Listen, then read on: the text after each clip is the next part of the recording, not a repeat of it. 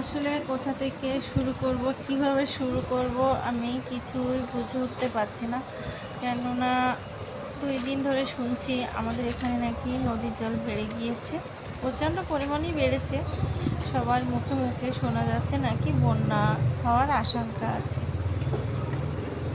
তাই ভাবলাম আমি একটু বিকালবেলা হাঁটতে, হাঁটতে যেয়ে একটু নদীর দিক থেকে ঘুরে আসি। আমাদের বাড়ির সাইডেই নদী। তো সত্যি যে যা দেখলাম আমার তো ভীষণ ভীষণ ভয় লাগছিল।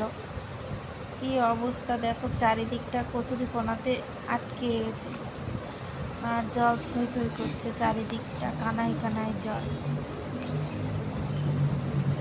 একটু ভয়ই লাগছিল। আসলে অনেক অসহায় মানুষ আছে, তাদের অনেক অসুবিধা হবে যদি বন্যাটা হয়ে যায়।